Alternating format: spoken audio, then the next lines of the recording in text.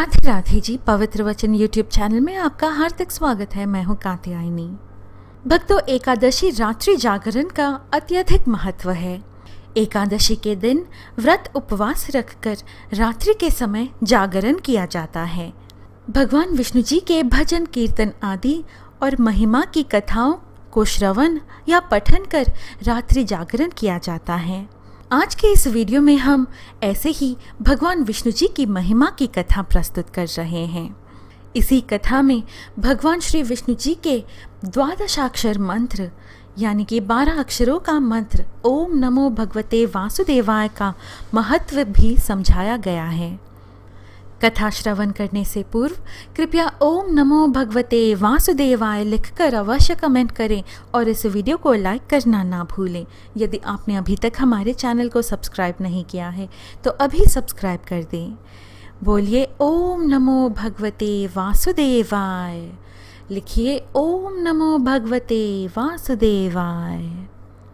अंतरिक्ष में उत्तर की दिशा में एक तारा है जिसका नाम ध्रुव है। इस तारे का नाम उसी ध्रुव पर रखा गया है जो भगवान विष्णु जी का परम भक्त था।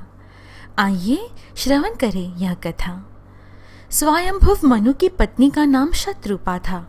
इन्हें प्रियव्रत, उत्तानपाद आदि 7 पुत्र और देवहूति, आकुति तथा प्रसूति नामक 3 कन्याएं हुई थी।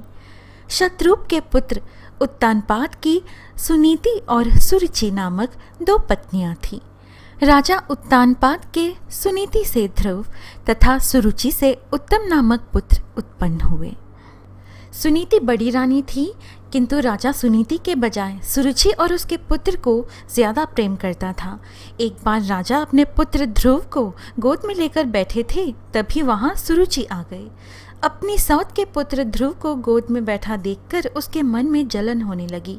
तब उसने ध्रुव को गोद में से उतारकर अपने पुत्र को गोद में बैठाते हुए कहा, राजा की गोद में वही बालक बैठ सकता है और राज सिंहासन का भी अधिकारी हो सकता है जो मेरे गर्भ से जन्मा हो।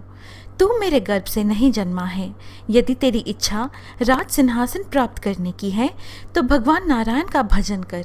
उनकी कृपा से जब तू मेरे गर्भ से उत्पन्न होगा तभी सिंहासन प्राप्त कर पाएगा। 5 साल का अबोध बालक ध्रुव सहम कर रोते हुए अपनी माँ सुनीति के पास गया और उसने अपनी माँ से उसके साथ हुए व्यवहार के बारे में कहा। माँ ने कहा, बेटा ध्रुव, तेरी सौतेली से तेरे पिता अधिक प्रेम करते हैं, इसी कारण वे हम दोनों से दूर हो गए हैं। अब हमें उनका सहारा नहीं रह गया।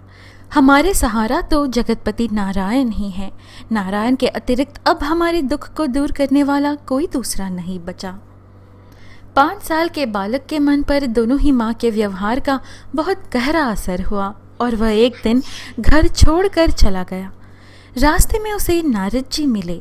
नारद मुनि जी ने उससे कहा, बेटा तुम घर जाओ, तुम्हारे माता पिता चिंता करते होंगे। लेकिन ध्रुव नहीं माना और कहा कि मैं नारायण की भक्ति करने जा रहा हूँ। तब नारद मुनि जी ने उसे ओम नमो भगवते वासुदेवाय मंत्र की दीक्षा दी। वह बालक यमुना नदी के तट पर मधुवन में इस मंत्र का जाप करने लगा।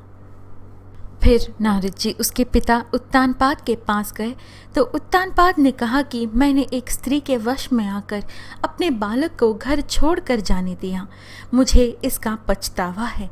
फिर नारद जी ने कहा कि अब आप उस बालक की चिंता ना करें, उसका रखवाला तो अब भगवान ही है। भविष्य में उसकी कीर्ति चारों ओर फैलेगी।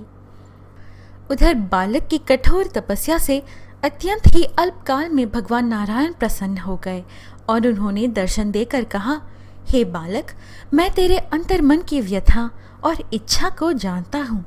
तेरी सभी इच्छा पूर्ण होगी और तुझे वह लोक प्रदान करता हूँ जिसके चारों ओर ज्योति चक्र घूमता रहता है और सूर्य आदि सभी ग्रह और सप्तर्षि नक्षत्र जिसके चक्कर लगाते रहते हैं।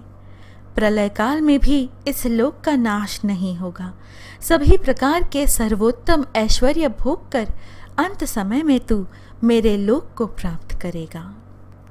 भक्तों, यह थी भगवान विष्णु जी की महिमा और भक्त ध्रुव की कथा। आशा है आपको यह प्रस्तुति अच्छी लगी। इस प्रकार के और आध्यात्मिक वीडियोस पाने के लिए कृपया हमारे YouTube चैनल पवित्र वचन को सब्सक्राइब कर हमसे बने रहिएगा। फिर मिलेंगे अगली वीडियो में। जय श्री कृष्ण, राधे राधे। ओम नमो भगवते वासुदेवाय।